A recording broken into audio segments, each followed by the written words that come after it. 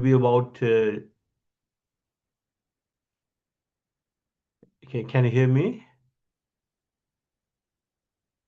Hello.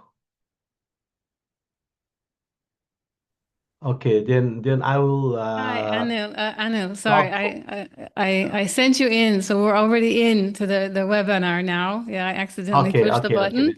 Uh, Thank you, everyone, for being here. We're sorry for being a little bit late. I'm getting used to this new technology. I'm honored to have you here, Anil Raghuvanshi. I apologize for the pronunciation. He's been working in online safety and child protection for 35 years in 8 different countries. And for UNICEF for many different areas. And I especially really appreciate this topic that you agreed to talk to us about today because it's so very relevant aspect on social media bans. So without further ado, I will pass on to you. Thank you very much. Thank you very much for the opportunity, and thank you for introducing me to the webinar. Actually, there's one small correction I would like to say. I have worked on child protection and child rights since last 35 years, but on online safety for about 8 years, not 35 years. Okay, so I would like to share my screen and also uh, have our discussion for about 20 minutes using the presentation. Then we will have some time for question answers and for sharing our thoughts, our comments. Is that okay? Okay, so good morning, good afternoon, good evening. Welcome to this session. So today we'll be talking about the lessons learned from Nepal and also what we are looking at the consequences and also the approaches of restricting social media from different countries and particularly the lessons learned from Nepal when 26 social media platforms were banned by the government in September. So please allow me to open and share the screen.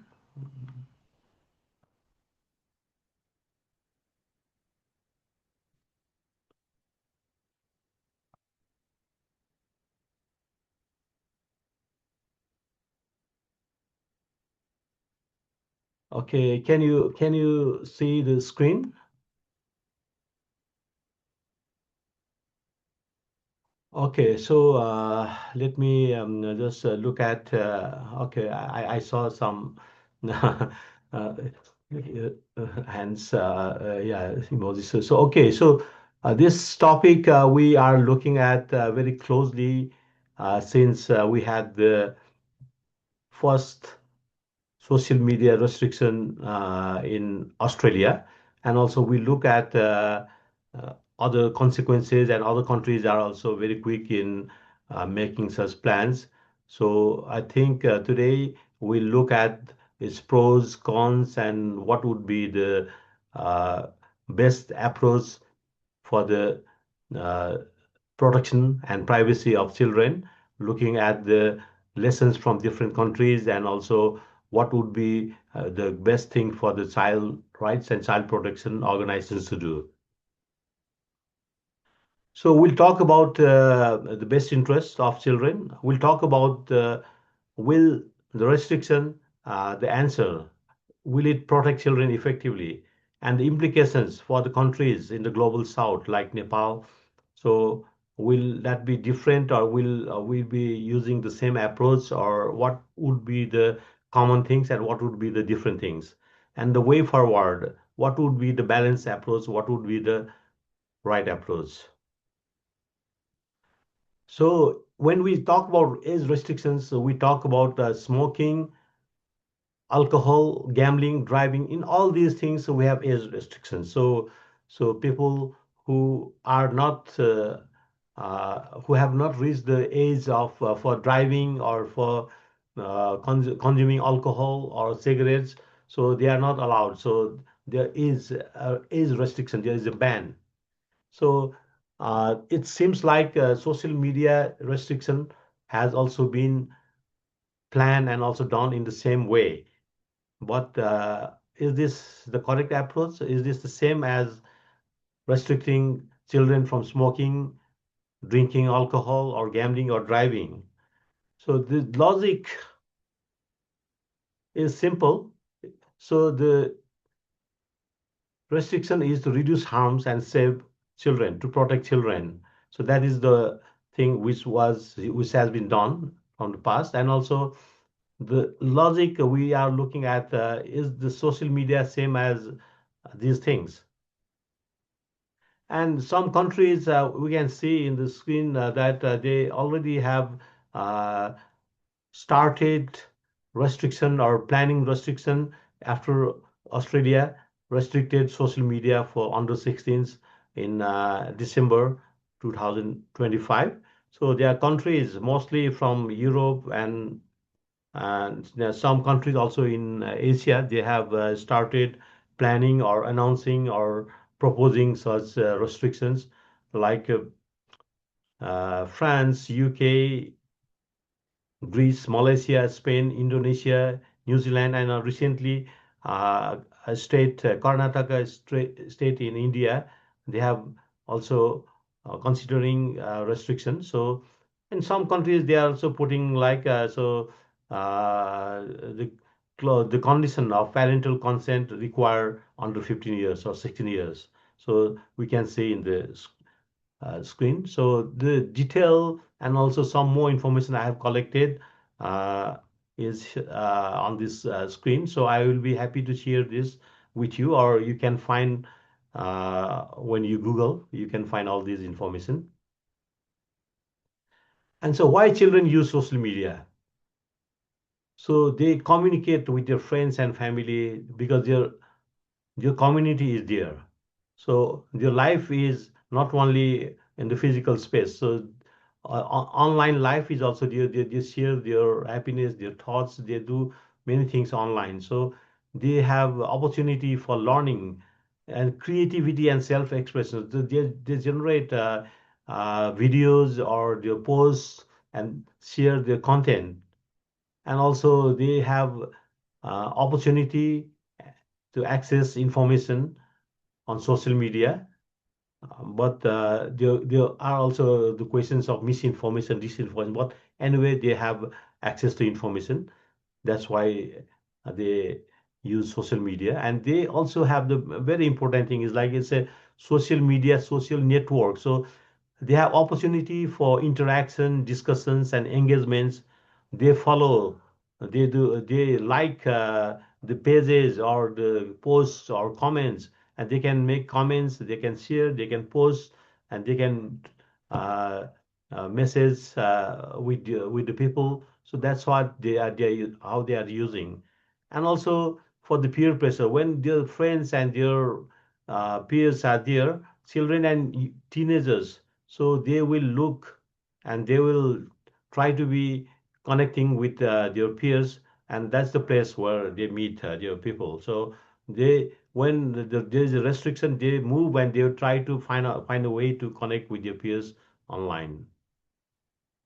So for children, especially in remote areas, social media is also a gateway to information and opportunity, because they might not have normally those information and opportunity available locally. And the governments putting restriction, they made the justification for protection of children.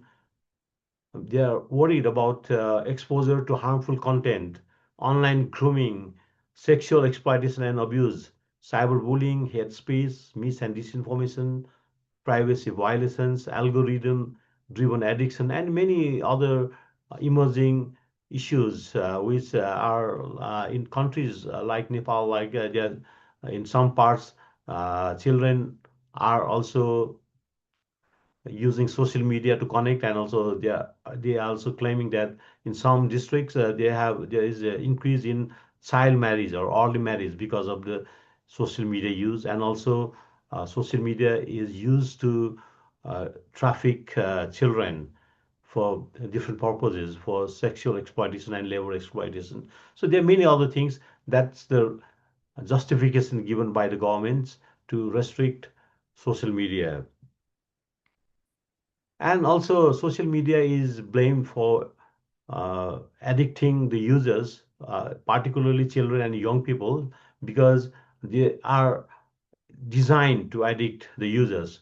So many social media platforms use persuasive design techniques such as infinite scroll. So like when people use TikTok or Reels on Instagram, the scroll is infinite. So there will be unlimited content coming up. So there will be no end. An algorithmic recommendation. So it knows what the user likes. So the user will be engaged and glued to the screen. So the algorithm is also used to increase engagement. And there's streaks and notifications like there are rewards. It's like okay, so uh, the progress or also the what is happening, the notification of new messages, new posts, or new any new thing. So that also keep people using the social media, and also reward loops like after people see more likes, more follows, or also any other reward, so they will continue to use the platforms. So these features are designed to maximize engagement, and more engagement means more profit for the social media companies. And the safety and well-beings are not prioritized. So what happens when the restriction is placed? Uh, the, res- the restriction will be uh, reacted, and the users adopt new things. So they cannot leave, they don't want to be away from the social media or online world, so they will adapt. And many users, they will actively move elsewhere, or they will find a way to use the social media in different ways. So therefore, in countries where social media has been banned, so it also fell in many places. So what happens is like the children, especially when they are restricted from using social media, they bypass age limits by entering false birth dates. So they can use any age. Like if 16 is the minimum age, they might put your age as 18 or 20 years. And they might move to alternative and unregulated platforms which are easier to access, which could be unsafe, which could have low reporting tools, or not strong community guidelines, and with limited moderation. And they might also use private or encrypted spaces where the messages can be sent without any age restriction, like the messaging apps, gaming chats, or other encrypted channels where they might also be exposed to harm. And it will be difficult for the parents and caregivers to detect such harms. So results, so risks do not disappear; they become harder to monitor and address. So lessons learned from some countries, like when they migrate to such platforms which are less regulated and less closely monitored.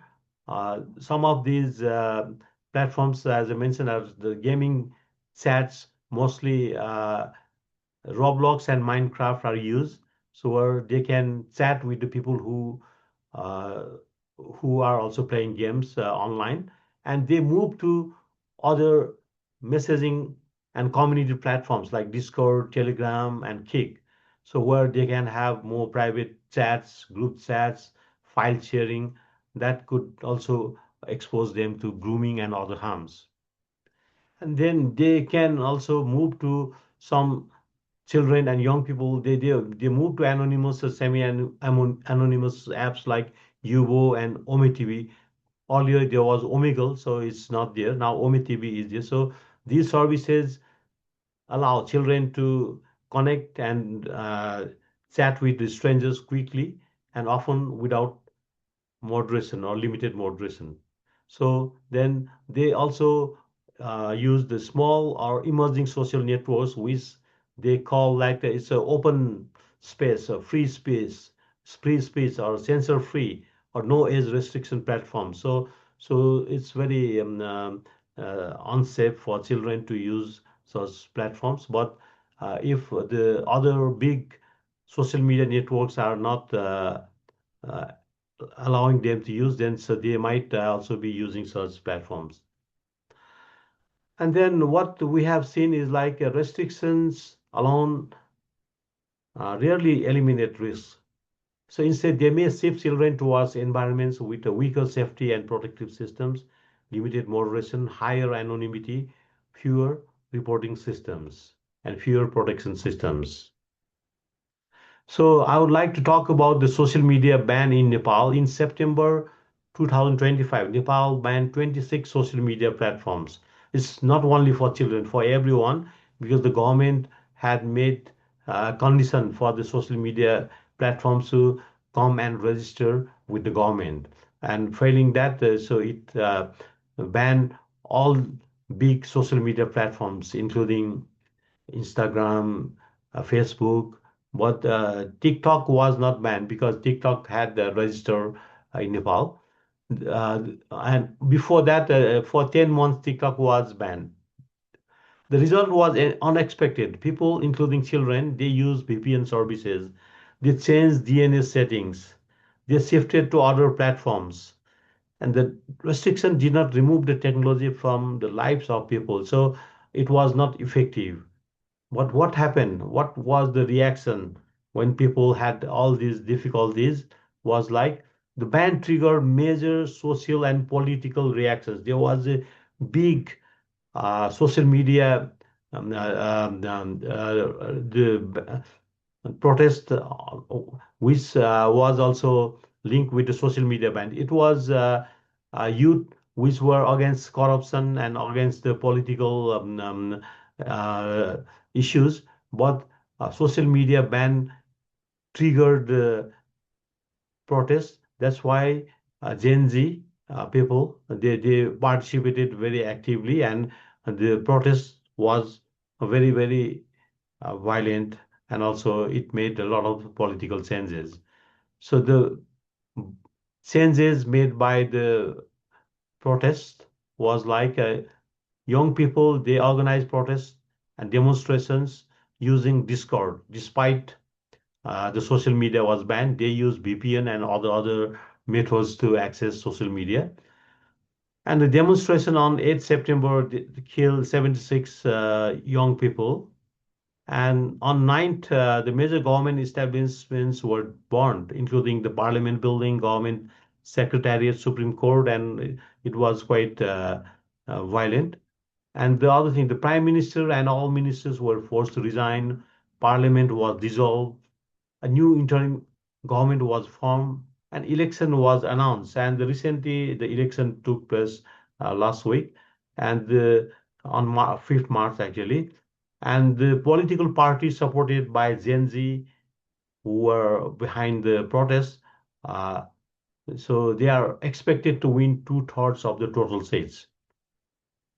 And with the concerns, all with all these bans and all these things, there are also concerns raised by the child rights organizations, social workers, and the people who are working on this issue.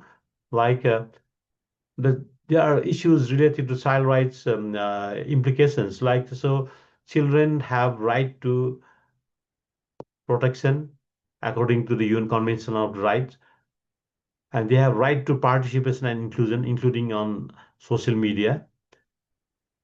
And social media can provide them valuable access for support, network, and also especially for the vulnerable young people, and also the right to access, right to access information, freedom of expression, right to privacy. So there are some child rights implications. So that's why the rights organizations are concerned with the ban.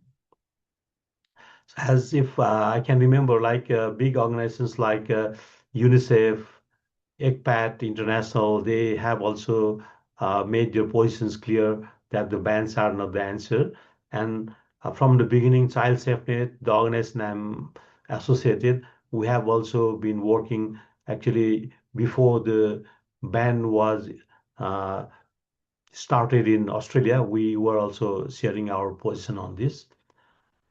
And there are also some enforcement challenges, like I mentioned earlier, that children and teenagers are bypassing the restrictions using VPN services or declaring a false age, and protection gaps like bans may leave all the teenagers without appropriate safeguards rather than providing a safe environment online, or the harms will persist regardless of the ban because the restrictions will not remove the harm totally. So the activities, harmful activities could continue. And also the platform design and business models remain unchanged. So the platforms call the countries like Nepal or any country or Australia, not a country, they call this country as the market. So for when they say it's a market, they make the business model. They are looking for engagement and profit. So the business model is remains the same. So bans do not address harmful architecture, persuasive design, or business models are prioritizing engagement over safety. So safety is not the first thing they think about when they design their models. And also the other challenges are like risks to extend to other digital spaces. Like harm also occurs through the messages which are encrypted, gaming and other digital platforms. So we discussed about this and shift responsibility. So when the shift of responsibility is on children and parents, the platforms and the regulators seem to be like they made the policy, so they are following. So the burden of implementation goes to the families and children. And other challenges like privacy and data protection concerns. If the age verification system is using facial recognition or the other methods, so it will also collect data related to the privacy and could be profiling children. There could be potential discrimination and uh, the issue of protection of personal data. So when we talk about age verification, there are some issues like it will require facial recognition, identity documents, device fingerprinting, or biometric analysis. And then it raises the concerns of surveillance of children, data misuse, privacy violations, or new security risks.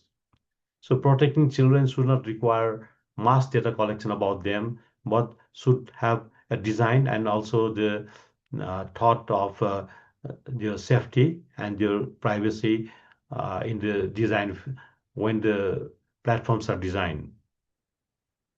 Then whose responsibility is this? The current policy, they put the responsibility on children, parents, and caregivers, and in some areas, some places, also the schools. But the platforms are also there because they design the algorithms, they control the data, they save the environment, the user interface. So should responsibility lie elsewhere? It's a big question if the restriction is imposed. And now countries are following the model uh, using Australia as the example. So the situations might be different in different countries. So shall one size fit all countries, all situations? Like in Nepal, like children, they share their devices with their parents in mostly with their mothers. This has been found in our study in on parenting. So children they don't have their devices mostly. I think about 36% of the children below 16 years of age, they say they use their mother's devices, mostly the mothers. And they also use their mothers and their family members' social media accounts. So even with the ban, that will not be stopping children from accessing the devices and social media in countries like Nepal. And limited digital literacy is also another thing which don't make the parents knowledgeable about the online safety and all these things. So the parents they don't know how to guide their children, and also they don't talk about the issues of digital safety or sexual abuse and exploitation. From our study, like 85% parents said they have never talked about online sexual exploitation with children because they don't know how to talk about it. They don't know how to talk with children on these things, and also they don't know about the issue very well. And the weak regulatory enforcement, the law enforcement, the laws, the process reporting is also very weak. And the rapid technological adoption, like although with all these things, the countries like Nepal, children are using AI and other tools very rapidly, and so their adoption is very high, but their digital literacy is not that much. So what works in countries like Australia and European countries may not automatically work in the global south. So we need to look at the country situation before making such policies. And so what could be the balanced approach?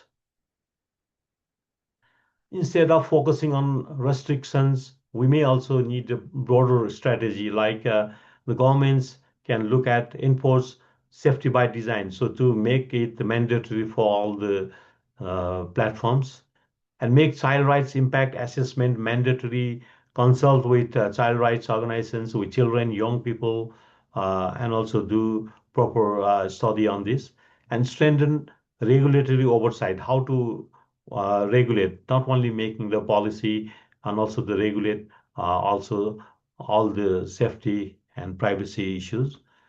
And also technology companies so embed safety by design, and safety should not be the afterthought after the harm happens, and use age appropriate environments. So even within a platform, some um, social media companies have already started, like TikTok has made provision, like although their 13 is the minimum age to use the platform, so they have restricted children below 16 years to have direct messaging or going live on the platform. So those are some of the things which could be uh, supportive and protective to children. So age appropriate environments could also be there, or they're putting the time limit and all these things, and reduce harmful algorithmic amplification. Before, like when we use Facebook, so we could also reach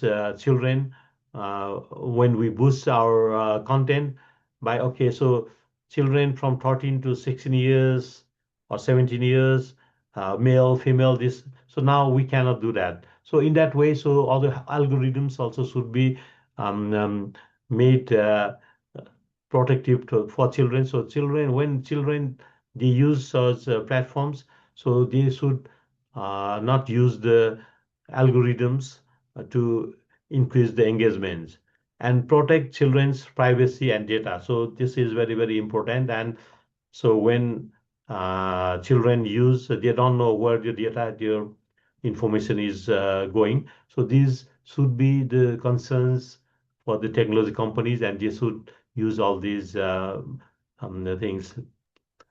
And also for the civil society organizations and schools, of course, should to educate and strengthen data digital literacy, empower children and parents. So the digital literacy and online safety education is very important. Many children and parents are still not very much aware of digital safety, and promote safe and responsible use of technology. How to use the technology, and how to be safe, and how not to harm others. So these things are also very important for the children and parents to understand. Sorry to interrupt you. We're actually over time already. Yeah.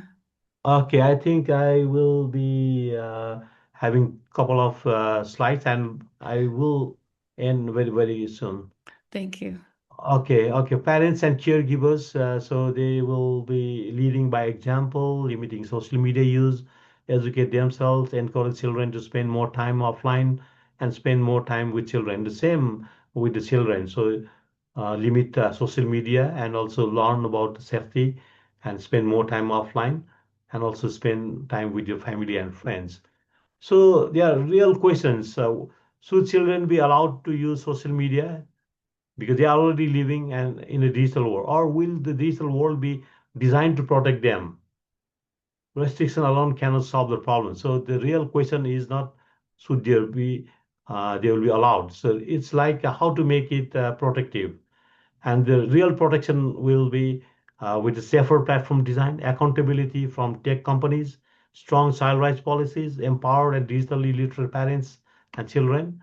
And the conclusion, our position is like children should not have to disappear from the internet to be safe on it. Children, they have right to a safer internet and to be protected offline. They should not be blamed for the system is when the system fails. So we also have call to actions to have is appropriate design and access, safety by design, effective regulation, detection, prevention, and legal protection, digital safety education for parents and children. Thank you very much. If we have time, we can take some questions and comments.